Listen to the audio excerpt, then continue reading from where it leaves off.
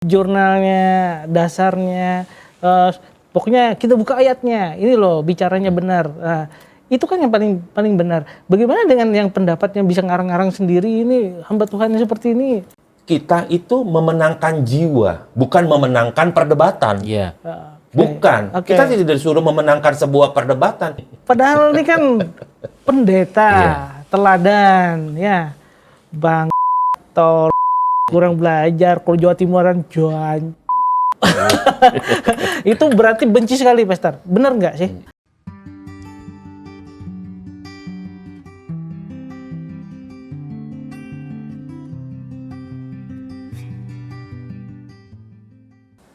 Oke, Pastor Guntur, Pastor Kuku, di media sosial, di YouTube sekarang ya, itu, wah ini pendeta ini ramai bikin channel sendiri-sendiri, ya. Yang tidak kalah ramainya adalah saling menyerang, menjelek-jelekan satu dengan yang lainnya. Aku yang benar, kamu yang salah. Terus ada lagi, Aku di sini, engkau di sana. ada lagi orang ketiganya membela. Oh ini benar nih, juga. kamu yang salah. Ada hatersnya juga. Banyak. Ada pro dan kontra. Ya, karena mereka ini kan punya jemaat, ya punya pro, terus juga punya apa namanya haters tadi ya, yang menyerang. Sebenarnya bagaimana Pastor kalau memandang ini di media sosial? Ini kan udah bebas ya karena media sosial ini. Fenomena ini gimana sebagai seorang pendeta, sebagai seorang pastor, gimana? Ya, dulu memang tidak ada yang model begitu ya. Setelah ada muncul media sosial, ramai, kemudian konten dibuat. Tentu saja sih jemaat itu senang bangga lihat pendetanya, katanya pastornya itu bisa muncul gitu. Kemudian menyampaikan firman. Jadi bangga gitu. Pendetaku ini pinter gitu ya. Wah, kemudian di kolom komen itu banyak, wah keren, bagus. Wah, ini kebenaran Tuhan. Wah, terus akhirnya buat lagi konten baru. Tetapi di satu sisi ada orang-orang yang mungkin tidak sepaham dengan apa yang disampaikan, sudah mulai panas nih. Jadi gimana? Mulai panas, mulai bikin lagi tandingan, kan gitu ya. Terus ada juga orang yang pro sini, kontra sini, saling nyerang. Dan akhirnya terjadilah seperti itu. Lebih kontra ini mungkin ketidaksetujuan ya, tidak sependapat. Tidak sependapat, tapi bahasanya itu loh. Iya, nah ini Pastor Kuku gimana? Sebenarnya kenapa ini? Karena pengajarannya yang berbeda-beda itu nggak boleh ya? Berbeda pengajaran gereja yang sana dengan yang ini, pendeta yang sana dengan yang ini, itu apa tidak boleh sehingga terjadi kontra, saling serang? Firman Tuhan hanya berkata bukan pengajarannya yang tidak boleh, tetapi bila pengajarannya sudah menyesatkan gitu. Namun karena sebetulnya kembali ke pribadinya, kan pribadinya merasa benar, sehingga ketika ada pengajaran yang kemudian dirasakan tidak sependapat atau tidak mendukung idemnya dia, pengajarannya atau doktrin yang dimiliki, lalu kenapa harus menyerang orangnya? Gitu. Orang berdosa saja kita tidak seharusnya kita membenci orangnya, tapi membenci dosanya oke. Iya, saya setuju. Kalau tidak suka dengan pengajarannya, ya kemudian jangan menyerang orangnya. Karena Yesus itu mati untuk segala dosa-dosa, menebus orangnya yang ditebus untuk diselamatkan, bukan pengajarannya yang diselamatkan. Nah, lalu kenapa kita harus menyerang orangnya gitu? Karena dia juga mungkin bisa insecure. Mr. Tommy insecure dalam arti dia kan juga upload nih di YouTube pengajaran A gitu ya. Kemudian muncul pengajaran B yang tidak mendukung pengajarannya. Mungkin takut ini viewersnya atau pengikutnya lari ke sono semua gitu. Ini kan merasa tidak nyaman gitu. Oke, Pastor Guntur, ini kan semuanya yang mereka ajarkan adalah bersumber dari buku yang sama. Buku yang sama. Iya enggak? Tapi beda tafsir, ya beda makna juga, atau juga ada namanya apa sih? Apa namanya? Ya beda penangkapan lah. Apa namanya? Apa itu istilahnya? Bukan liturgi, bukan. Gaya-gaya gereja gitu ya. Jadi ada doktrin ya. Iya, doktrin maksud saya. Susah banget. Doktrin. Kalau liturgi kan tata caranya ya. Doktrin itu pengajarannya. Iya. Jadi gimana? Padahal Bible-nya sama. Sama. Kok ribut? Ya, ada banyak pemimpin gereja. Saya pastikan bahwa setiap kita para pastor, para pendeta yang ada, pasti kita tidak suka yang namanya keributan. Orang bertengkar, orang berantem. Nah, banyak sekali kita ketemukan ini kenyataan fakta di lapangan. Gara-gara corona, khotbah 2 pendeta bisa beda. Khotbah 2 pendeta bisa beda? Bisa beda. Yang satu menganggap coronavirus itu adalah sebuah sistem antikris. Iya. Iya. Kemudian dia akan upload, dia akan sampaikan bahwa ini adalah model antikris. Jangan mau divaksin. Karena jika Anda divaksin, Anda sama saja memasukkan pola-pola antikris, sistem antikris dalam tubuh. Ini propaganda. Ya. Yang kedua, tidak percaya itu adalah antikris. Tetapi itu adalah sebuah model kesehatan yang sekarang harus sama-sama karena ada sebuah pandemi. Nah, yang satu khotbah seperti ini, satu khotbah di sini, kemudian saling menyerang. Tubrukan ya, pasti ya. Sebenarnya 2 pemimpin ini tidak nyerang, cuma di bawahnya, di kolom komen itu, pengikut-pengikut followernya, itu akan saling menyerang. Bikin panas. Itu di COVID-nya sudah begitu. Ya. Yang kedua, setelah COVID, kemudian pengajaran tadi yang disampaikan Pastor Ini contoh Kuku. ya, Pastor. Iya, ini contoh-contoh Contoh. aplikasi yang terjadi sekarang seperti itu. Kenapa gara-gara orang ini pendeta saling menyerang? Karena pemahaman yang berbeda, penyampaian firman yang berbeda. Ya. Jadi ketika seorang pastor atau pendeta menyampaikan sebuah pemahaman firman Tuhan, kemudian ada yang tidak sesuai dengan pemahaman itu, maka dia akan berkata, karena perbedaan dikatakan sesat atau bidat. Nah, ketika seseorang mengambil firman Tuhan dan dia menyampaikan menurut dia sudah benar, tetapi dibilang sesat atau bidat, gimana, marah atau tidak kalau Tommy? Marah. Iya. Sesat, Tapi, menilai sesat iya. dari apa dulu dasarnya, Pastor? Nah, itu dia. Sehingga kita menemukan banyak komen dalam kolom-kolom komen itu saling menyerang. Mendukung pendetanya, mendukung gembalanya, dan menyerang pendeta lain. Ya, Pastor juga nonton kan? Sesat penafsirannya atau dia ngarang sendiri? Ya, menurut dia yang tidak sesuai dengan apa yang dia ngomong itu dianggap sesat, pengajaran itu. Sudah begitu aja dianggap Iya, sesat. pokoknya pukul rata sesat. Ya, karena gitu tidak aja. sependapat dianggap sesat. Sebenarnya sesat atau memang begitu? Ya, tidak sesuai Bible? Sebenarnya harusnya dikaji dulu. Kita tidak terburu-buru bilang sesat. Kalaupun ada sesuatu yang agak berbeda, kenapa tidak diajak dialog, komunikasi, kita ngobrol, makan pisang goreng, ngopi bareng, itu gitu lebih ya. bijaksana, ya. Diskusi ya. Betul. Ya, oke, Pastor Kuku, ini kan miris ya, ya. Kalau misalnya ya. teman-teman kita yang berkepercayaan sebelah, kalau melihat ini pasti tepuk tangan tuh, senang mereka ya. Lihat tuh pendetanya saling maki, saling serang. Masa ajarannya benar? Yang sana ngajar A, ini ngajar B, itu aja keliru kok. Mereka saling serang, tidak sependapat. Itu kan jadi keraguan, Pastor Kuku. Jadi gimana kalau memandang ini jadi suatu keraguan? Iya, akhirnya juga orang di kepercayaan seberang menilai bahwa kita adalah agama yang Pelin-pelan. Gak pasti. Ya. Tidak bisa bersatu. Oh gitu. Iya kan, karena kan saling menyerang orang sendiri di mana di luar menganggap kita orang Kristen, gitu kan. Seharusnya kalau kita orang Kristen merasa kita keluarga, satu keluarga di dalam Tuhan. Nah, saya umpamakan begini saja, anak saya ada 3, yang satu makan itu dikunyah, kemudian setelah dikunyah ditelan.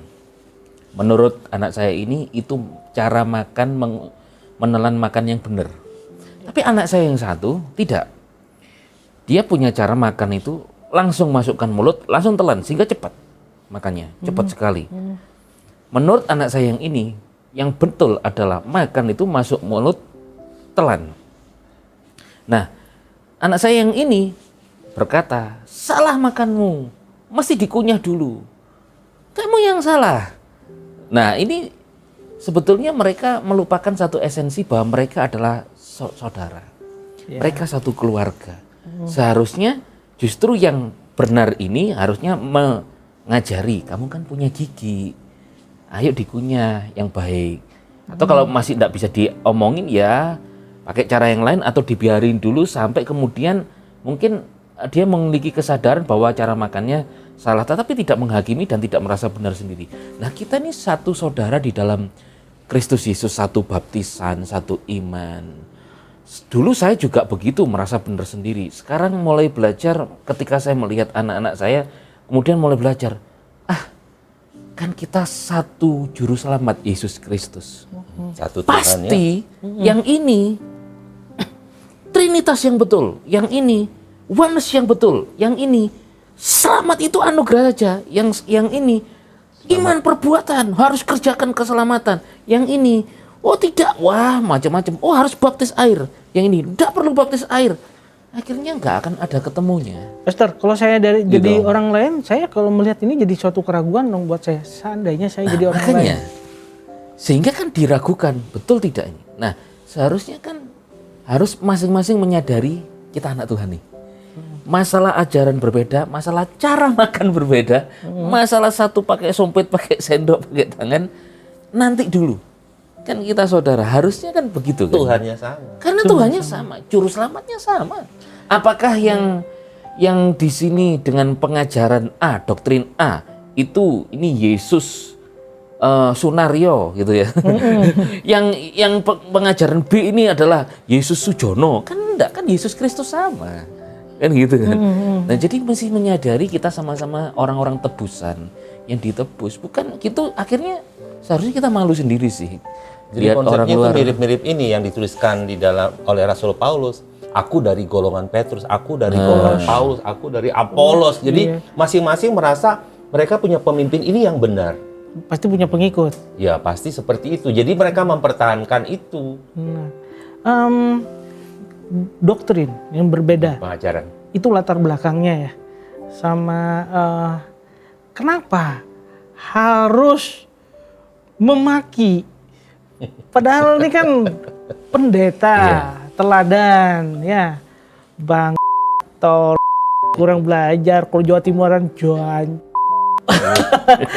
Itu berarti benci sekali, Pastor. Bener nggak sih? Iya. Kalau sampai keluar kalimat itu, benci. Padahal itu kan pendeta sama pendeta. Saya pun juga tidak nyaman dengar para pendeta, para pengajar Injil. Katanya Injil kan berita anugerah, kabar baik. Tetapi yang disampaikan tidak dengan cara baik. Berarti firman Tuhan benar, tetapi orangnya itu menyampaikannya tidak dengan cara yang benar. Akhirnya orang menangkap, ya tidak benar. Harusnya firman kebenaran yang adalah kabar baik itu disampaikan dengan cara yang baik, elegan, sopan. Kan di situ ada etikanya, apalagi di medsos. Tapi ini tensinya tinggi, Pastor. Wah, balas-balasan lagi. Apa itu karena konten balasan untuk mencari sebuah konten agar bisa viral. bisa jadi ya, itu kan tontonan yang menarik. Tapi bisa juga karena nggak ngelihat muka ya, maksudnya muka per muka, face to face. Oh gitu. Karena hanya melihat di sebuah media. Suka dipanas-panasin juga kan ya? Ya, apakah kalau ketemu onsite, face to face, berhadapan gini, berani? Apa berani? Coba aja ya. Iya. Kan ini sebetulnya menunjukkan karakter dari orang itu. Nah, saya juga punya gambaran satu lagi tubuh ini, tubuh. Tangan ini dengan kaki ini punya kebenarannya sendiri. Masing-masing punya tugas ya. Iya, ini juga punya kebenaran sendiri. Bagi kaki, kamu harus melangkah, berjalan, melompat. Tangan nggak ada yang melompat, nggak ada yang berjalan. Tapi kalau kaki itu kaki menopang tangan, tangan juga membantu kaki. Gak bisa kaki luka itu dia ngambil betadine atau ngambil obat sendiri, mesti tangan yang membantu. Nah, kaki tidak boleh benar, tidak bisa benar sendiri. Tangan juga nggak bisa benar sendiri. Ini punya pengajaran sendiri, punya doktrin sendiri. Betul toh? Tangan ini, kaki juga punya pengajaran sendiri. Tapi satu tubuh nih. Nah, sekarang kita tubuh Kristus. Ada gereja yang mungkin fungsinya dalam satu gereja di Indonesia, fungsi kaki, yang satu fungsi tangan. Lah kenapa harus, hei bodoh lu, nggak gitu tangan, kaki nggak gitu, nggak bisa. Jadi satu tubuh Kristus, satu tubuh ini punya fungsi masing-masing yang saling menopang. Harusnya paham di situ kan? Iya. Jadi ingat saya gini. Apa itu Pastor? Demo antara gigi, lidah, dan mulut, gara-gara mereka itu yang kerja keras, tapi lambung tinggal nerima doang. Gitu. Jadi mereka bilang begini, ayo kita demo, kita jangan masukkan makanan, minuman ke dalam mulut kita, biar lambung. Boykot. Kita boykot ya. Kita nggak usah kerja, biar lambung tahu rasa. Lambungnya demo. Demo dengan mengeluarkan asam lambung. Jadi kan itu artinya yang terjadi adalah seluruh tubuh mengalami hal dipengaruhi. Penurunan stamina, sakit, lemah, pusing gitu ya. Lapar. Gara-gara ini loh. Ya, mulut dan ini mereka tidak menjalankan fungsinya. Iya. Jadi benar tadi yang dianalogikan bahwa seluruh tubuh kita itu masing-masing punya fungsi. Jadi ada pastor yang berfungsi dengan pelayanan kesembuhan. Sudah tahu kan namanya siapa? Banyak deh di Indonesia juga dan di luar negeri. Nah, fungsi pelayanan ini adalah fungsi yang Tuhan taruh sebagai sebuah fungsi pelayanan kesembuhan bagi banyak orang untuk kemuliaan Tuhan. Tapi ada juga para pastor dan para pendeta yang Tuhan pakai dengan karunia pengajaran. Ya, dia menyampaikan pengajaran-pengajaran, tetapi yang pengajaran ini tidak akan berkata kepada yang punya karunia kesembuhan, engkau sesat. Karena itu saling melengkapi sebagai doanya tubuh Kristus. Gitu. Itu dari setan katanya. Waduh, iblis. Wah, kayak gitu. Wah, tiba-tiba langsung dicap iblis, dicap sesat. Jadi gini, Pastor, memaki ya itu ya, mengumpat ya, boleh ya seorang pendeta, seorang hamba Tuhan seperti itu di media sosial lagi. Bible kan menuliskan ya bahwa seharusnya kata-kata kita itu tidak hambar. Tidak hambar. Penuh kasih. Ya, seharusnya tidak boleh ya. Ada nasihat. Tapi kok tetap terjadi? Tetap terjadi itu. Ya, berarti mungkin ada pembisik-pembisik mereka di sekeliling mereka yang suka manas-manasi. Itu kepahitan banget. Jadi akhirnya dia muncul bikin konten itu keluar gara-gara pembisik-pembisik di itu kalau saya jadi orang Kristen, aku ikut pendeta itu modelnya begitu. Malu kan? Menurut saya gini, waktu nama pastor itu pendeta itu kan punya keluarga, punya anak. Iya, wajahnya kelihatan jelas. Iya, jelas. Nah, mereka bilang itu loh papamu loh. Oh itu engkongmu gitu. Iya. Itu loh keluargamu kan gitu. Itu seperti itu ngomongnya. Ini kan malu keluarganya. Kan jauh dari sebagai seorang teladan. Ya. Ya. Iya enggak? Nah tapi kan sebenarnya lebih dalam lagi nih. Gesekan ini kan perbedaan doktrin. Ini memang tidak bisa dipaksakan ya, Pastor ya. Satu doktrin dengan doktrin lain itu tidak boleh disamakan Nggak bisa, seperti tadi. Jadi baiknya seperti apa? Kalau berbeda doktrin? Apa tetap saling menyerang? Oh kamu tetap salah. Tidak. Kalau saling menyerang, tangan punya kebenarannya sendiri, kaki punya kebenaran. Kalau saling menyerang, seperti tadi. Tangan pasti mukulin kaki. Iya, yang sakit ya sendiri sakit. Jadi sekarang di negara kita ini pendeta-pendeta yang punya doktrinnya masing-masing yang berbeda, baiknya seperti apa? Baiknya. Firman Tuhan katakan peganglah apa yang ada padamu. Gitu. Jadi peganglah apa yang padamu. Kalau engkau merasa itu dari Tuhan, sudah peganglah, ajarlah domba-domba atau jemaat yang Tuhan percayakan kepadamu tanpa harus menyalahkan atau merasa benar sendiri kepada orang lain. Kalau itu satu pembicaraan di rumah tanggamu, kenapa itu harus dikeluarkan ke luar? Ya, sebaiknya memang kita menghargai, mesti menghargai sih, bukan malah menyalahkan dan seterusnya. Menghakimi. Karena kan firman Tuhan juga berkata bahwa dikatakan ya, si Titus 3 ayat 9, hindarilah perdebatan yang bodoh tentang silsilah, juga pertengkaran tentang perselisihan tentang hukum Taurat, karena semua itu tidak berguna dan sia-sia. Tolaklah orang yang menyebabkan perpecahan. Loh, tolaklah orang yang menyebabkan perpecahan. Setelah 1-2 kali engkau peringatkan, sebab engkau tahu bahwa orang seperti itu telah sesat dan ia terus berdosa meskipun disadarkan akan kesalahannya dan merasa tertuduh. Ya, kalau orang itu tersesat seharusnya kan kita mengarahkan untuk tidak tersesat kembali. Hindari satu perdebatan yang bodoh. Sikap kita kalau sudah benar, ya sudah, peganglah padamu. Kita ini satu ya tebusan. Iya, Pastor Guntur. Ayatnya tadi apa? Tolaklah. Ya, tolaklah orang yang membuat perpecahan. Ini bahaya ini ayatnya nih. Jadi memang Kalau sudah ditambahkan di YouTube, orang itu kayaknya kelihatan perpecahan. Udah, kita tinggalin aja tuh pendetanya. di Mazmur 1 ayat 1 gimana? sampai 3 juga bilang begitu. Jangan duduk bersama orang kumpulan pencemooh gitu kan. Tetapi orang-orang yang harusnya kita join, gabung, ngobrol, berkomunitas dengan orang-orang yang itu yang saling menghargai. Nah begini, kita sering mendengar salah seorang pastor kita berkata begini, jika kita mampu menghormati dan menghargai mereka yang kepercayaannya saja berbeda dengan kita, Tuhannya beda, polanya beda, cara-caranya beda, kita mampu menghormati mereka dan menghargai mereka.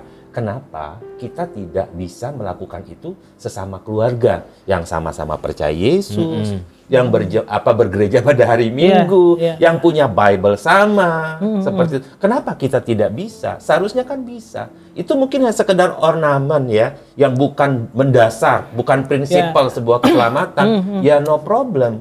Kecuali prinsipal keselamatan itu yang dirubah tidak sesuai firman. Nah, tapi itu pun juga kita bisa sampaikan dengan terhormat gitu, dengan baik. Menjelang terakhir, menyerang dengan berdebat itu berbeda ya. Berdebat maksud saya berdiskusi tentang satu ajaran, satu tafsiran ayat. Ini berbeda nih. Ini berdebat akhirnya. Tapi kalau menyerang kan, kamu salah, ya kamu sesat.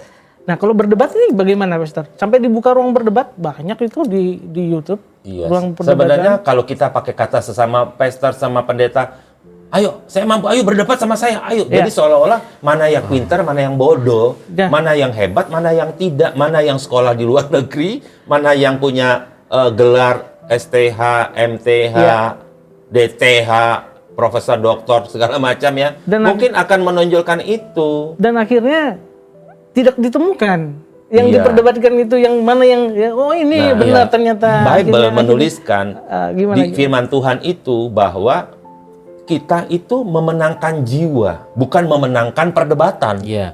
Bukan. Kita tidak disuruh memenangkan sebuah perdebatan. Yang kita disuruh adalah menangkan jiwa.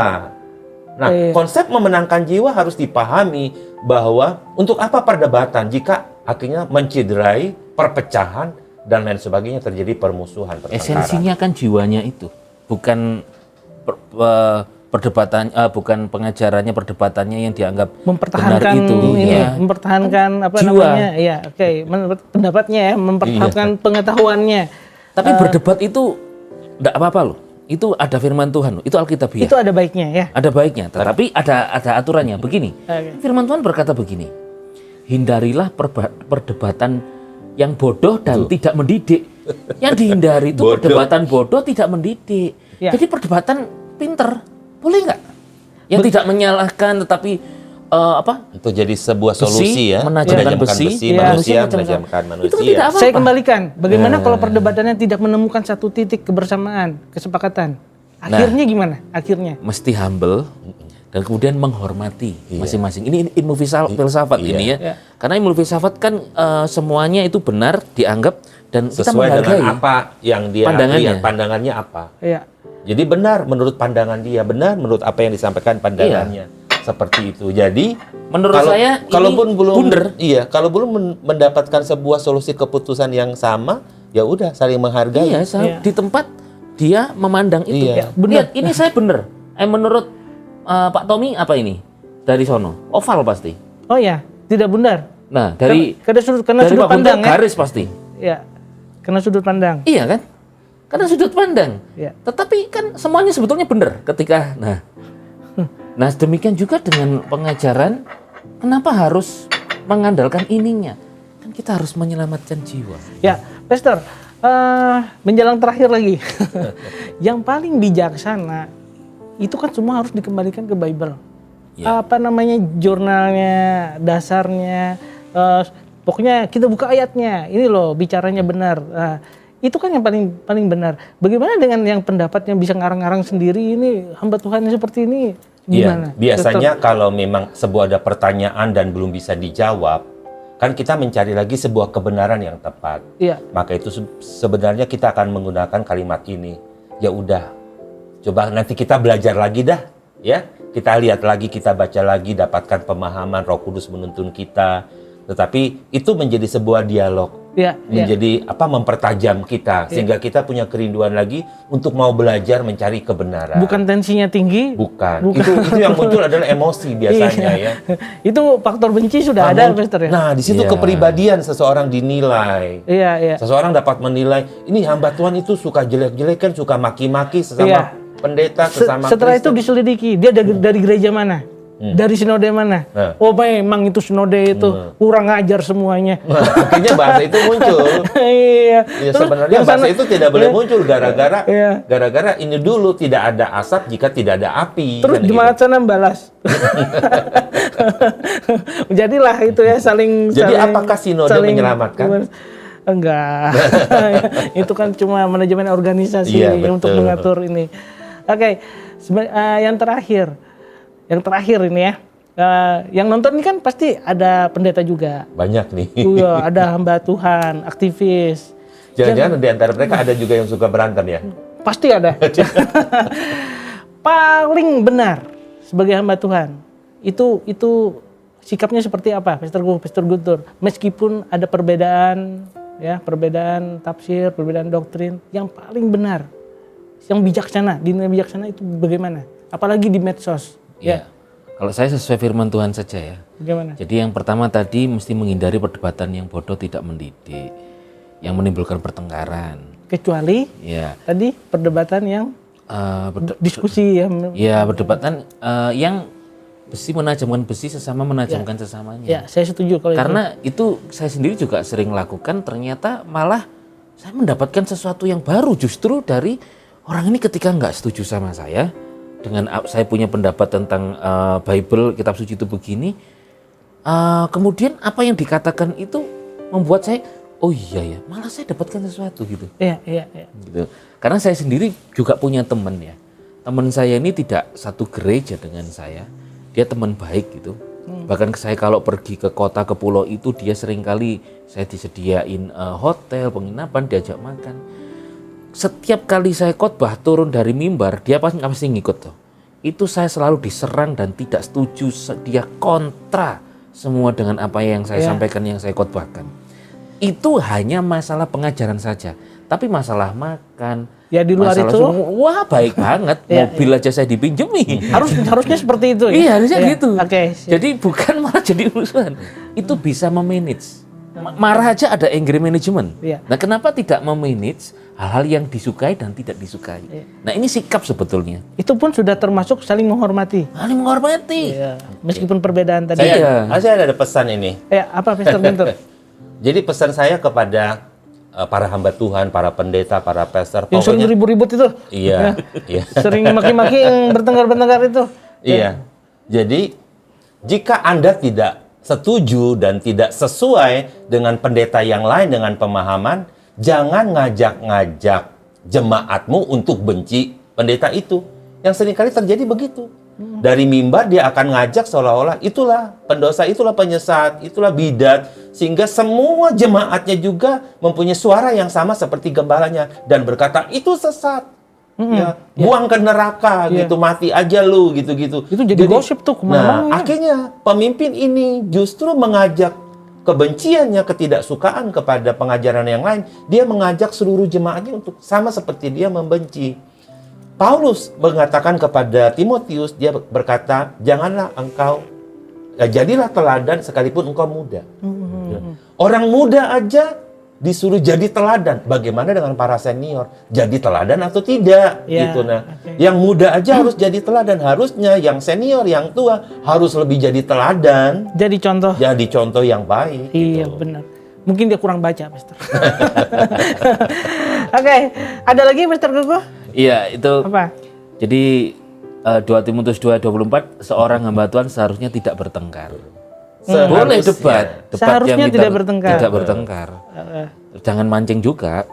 Melainkan berlaku ramah kepada semua orang. Itu maksud cakap, saya. mengajar, sabar, dapat menuntun yang lemah dapat menuntun dengan lemah lembut mereka yang suka menentang. Nah, yang suka menentang mesti harus dituntun bahwa dengan harapan bahwa Elohim, Dewa Tuhan akan membuat mereka bertobat, mengenal kebenaran, sehingga mereka kembali sadar dan terlepas dari perangkap iblis yang telah melawan mereka untuk mengikuti keinginannya.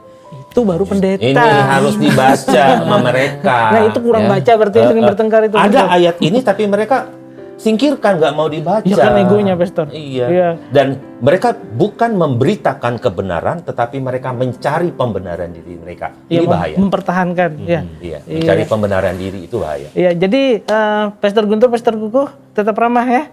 Kalau misalnya Dan belajar berusaha ya. Kalau ada yang karena kritis, ada Roh Kudus sebenarnya yang kalau kontrol. ada yang kritis tetap penguasaan diri.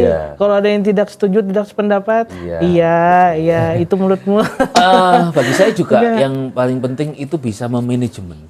Kayak tadi saya dengan teman saya itu, dengan saya tidak cocok hanya masalah khotbah. Khotbah saya itu tidak ada yang cocok bagi dia. Tapi dia pintar memanage. Tidak cocok dengan saya masalah firman Tuhan yang saya sampaikan. Di luar itu, dia pinjemi saya mobil, dia kasih saya hotel. Batasnya yang masalah khotbah sudah di situ aja. Waktu batas pertemanan itu berbeda. Saudara. Gitu. Itu lebih akrab malah. Nah, itu justru malah saya juga terbangun akhirnya. Itu kan lebih indah seperti itu. Indah. Ya seperti kita ini kan, kita bisa minum, bisa ngobrol. Seharusnya itu menjadi pelajaran bagi banyak orang. Iya. Oke, Pastor Kukuh, Pastor Guntur, ini kayaknya lanjut deh, tapi next ya. Kita cari ini panjang deh sebenarnya. Ada lagi yang mau saya ungkit lagi dari pendeta-pendeta saling menyerang ini. Terima kasih buat hari ini Pastor Guntur, Pastor Kukuh. Ya, terima kasih. Kita ketemu lagi bicara melanjutkan hal ini atau kita bicara hal yang lain. Oke, silakan diminum tehnya sebelum kita bubar. Oke, thank you semuanya. Thank you. Tetap sehat ya. Yes. Ya.